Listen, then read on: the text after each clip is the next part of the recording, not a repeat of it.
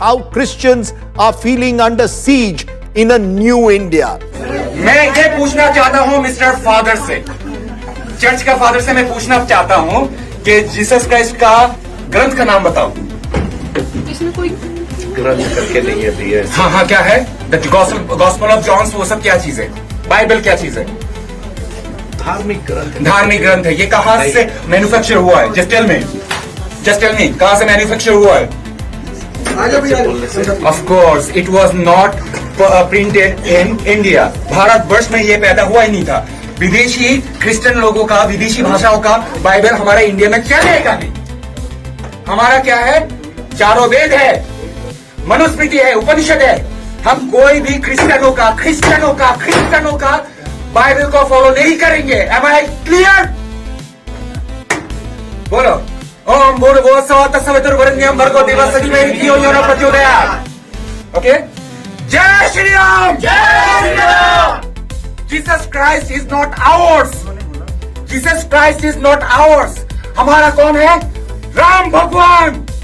Am I right? भाई कितना बड़ा सनातनी है आदमी, लेकिन ऐसा नहीं है। आपको इसकी सच्चाइयां बताते हैं थोड़ी सी। ये भाई साहब एक्चुअली बांग्लादेश से आए हुए हैं और इनका नाम पता है क्या? इनका नाम है सुन्युर रहमान। ये एक एक्स मुस्लिम है जो 2013 में एथीस्ट बन चुका था। 2018 में इसने यहाँ पर सनातन धर्म ज्वाइन कर लिया। अलग अलग दुकानों से होकर के ये वापस आ रहा है एंड उसके बाद से ये इसकी नफरती वीडियोस यहाँ पर बनाता है। बांग्लादेश से आया हुआ ये एक मुस्लिम आदमी है जिनके खिलाफ यहाँ पर रोज बात होती है घुसपैठी है एंड वो लोग जो घुसपैठियों की पॉलिटिक्स यहाँ पर करते हैं वही लोग इसको यहाँ पर सपोर्ट दे रहे हैं सोशल मीडिया के ऊपर। ऑलराइट बेबी, हम क्रिसमस की तरफ बढ़ रहे हैं दोस्तों और पिछले 24 घंटों में लगातार चर्चों पर हमला हो रहा है, गिरजाघरों में हमला हो रहा है। इससे ज्यादा शर्मनाक बात कुछ नहीं हो सकती। मुझे इसमें दो राय नहीं है कि यह व्यक्ति भारतीय जनता पार्टी या संघ से जुड़ा होगा, इसमें बिल्कुल दो राय नहीं है। जहां ये लोग सत्ता में हैं वहां लगातार इस तरह की अराजकता हो रही है, जहां सत्ता में नहीं भी हैं वहां पर भी ये सब हो रहा है। How Christians are feeling under siege in a new India. Just take a look at these images from Jabalpur in Madhya Pradesh to Odisha to Hardwar to even in the national capital. We've had Christian groups who've been vilified and targeted by Hindutva extremist groups like VHP and Bajrang Dal. In some cases, they've been forced to remove their Santa Claus caps. In other places, they've been accused of conversion. In third places, a gathering that they had planned has been stopped. How far are we going to go, my friends, in this vilification of a minority within a minority? क्या ये संवैधानिक है? क्या ये कानूनी है कि आप ऐसे ही किसी के चर्च में जाओ, किसी के वर्शिप स्थान में जाओ और जाकर उस सर्विस को रोको, उस वर्शिप स्थान को बंद करो? लगातार दिन प्रतिदिन ये जो बढ़ता जा रहा स्ताव है, कोई इसके खिलाफ बात नहीं कर रहा है।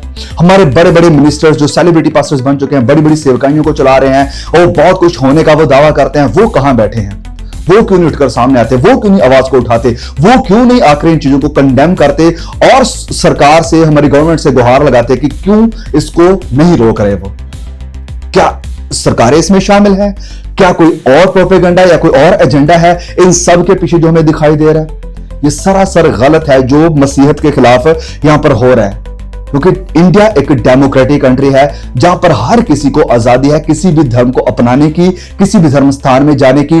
ये कोई पब्लिक प्रॉपर्टी नहीं है कि हाँ भैया हम तुम्हें कंट्रोल करेंगे कि तुम्हें किसको मानना है और तुम्हें कहां पर जाना है। ये डेमोक्रेटिक देश है, हमें आजादी है। अगर मैं चाहूं मैं मंदिर में जाऊं, अगर मैं चाहूं मैं गुरुद्वारा में जाऊं, अगर मैं चाहूं मैं मस्जिद में जाऊं, ये मेरे संवैधानिक अधिकार हैं। अगर मैं चाहूं मैं किसी भी रिलीजन में जा सकता हूं, लेकिन हाँ बाकायदा किसी को डरा करके, धमका करके, लालच देकर नहीं। और जो कोई ऐसा करता है उन्हें तुरंत पकड़ो, उनके ऊपर कार्रवाई करो।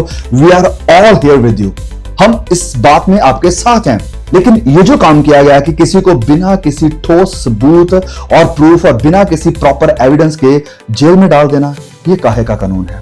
इंडिया अगर वाकई में डेमोक्रेटिक कंट्री अभी भी बची है तो फिर क्यों एक पर्टिकुलर कम्युनिटी को अपने फेथ में, उनकी वर्शिप स्थान में वर्शिप करने से रोका जा रहा है? अगर कोई प्रॉब्लम है, अगर कोई तकलीफ है तो पुलिस में जाकर एफआईआर करो और पुलिस प्रॉपर एविडेंस के साथ आए और पास्टर को अरेस्ट करे या जो भी कार्रवाई उन्हें करनी है करे।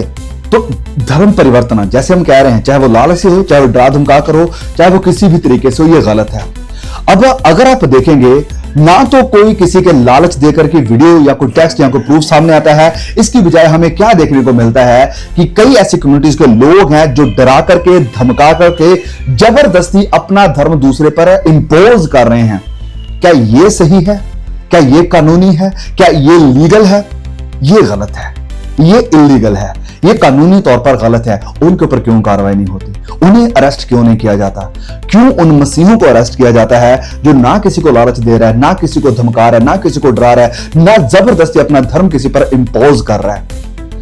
अधिकार हमें संविधान दे रहा है। यह देश डेमोक्रेटिक देश है। यहां पर सबको अधिकार है कि हर कोई अपने बिलीव्स को प्रैक्टिस कर सकता है, अपने बिलीव्स को किसी के साथ साझा कर सकता है, शेयर कर सकता है अपने विश्वास को, जो कुछ भी वो मानता है। लेकिन यह मानना आज अपराध बनता जा रहा है। इसकी वजह क्या है? इसका कारण क्या है? क्या सरकार कोई ठोस कदम नहीं उठा रही? क्या यह सरकार की नीतियों का एक हिस्सा है? क्या लॉ एंड ऑर्डर अपना काम नहीं कर रहा है? सवाल सरकार से बनता है। प्लीज मेरे भाई, मेरी बहनों, मैं जितने भी इस वीडियो को देख रहे हैं, मैं चाहता हूं आप आवाज को उठाओ, चाहे सोशल मीडिया पर आवाज को उठाओ, इस वीडियो को शेयर करो। मैं चाहूंगा जितने भी पास्टर्स मुझे सुन रहे हैं या और यूट्यूबर सुन रहे हैं, प्लीज आप भी आवाज उठाओ, इन मुद्दों पर बात करो। बात पहुंचनी चाहिए।